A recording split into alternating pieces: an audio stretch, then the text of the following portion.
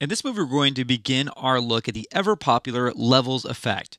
For most After Effects users, Levels is the go-to effect for adjusting brightness issues. As we'll see in the next movie, we could also use it for color correcting and compositing as well. I have here a photo of the lovely Marion, the lead singer of You Yell You Kick, a band that we'll be looking at a little bit later. And what we're going to do is apply the Levels effect to this image. Now, I should probably point out too that throughout this chapter, we're going to be using images instead of video. But just so you know, these effects work the same on both. Color correction becomes more difficult as you work on compressed video, and we have to compress those videos pretty good to get them at the exercise files. So we often get better results when using images for our training on color correction than with video. Now, with the Levels effect applied, let's go over to the Effect Controls panel here. And we notice we have this thing called a histogram. You might have to resize your Effect Control panel in order to see the entire histogram.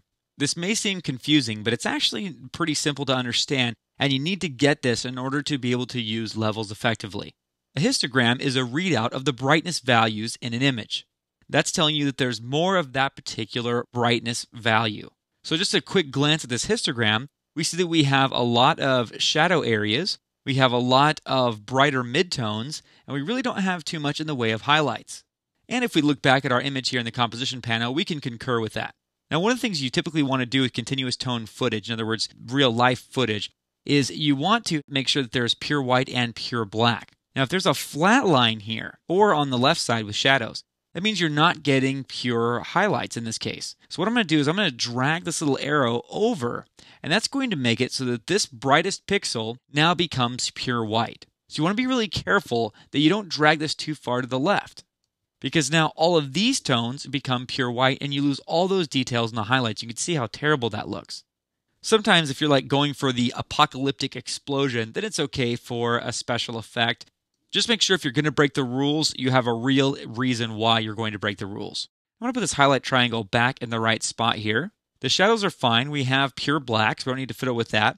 But we do need to adjust the midtones. If we drag this midtone slider to the left, we're going to brighten the midtones.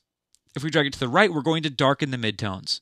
And here we see the real benefit of Levels over using, let's say, for example, the lightness in hue saturation. With that lightness slider in hue saturation, you remember, every pixel is either universally lightened or universally darkened. And now, as we fiddle with these midtones, you can see we could darken things up quite a bit, but this white highlight on this button is still pure white. And likewise, if we were to brighten the midtones, you would still have pure black in the shadows. Now, what I've just shown you is probably the way that Levels is used most commonly. And again, what most people use it for is just to take the triangles on the left and right sides if there's a flat line and just drag them in. We would do that with the shadows on the left-hand side, but this line isn't flat. There's already shadow detail, and if we did that, then we'd be crushing all of these values to pure black, thereby losing details in the shadows. So we don't want to do that here.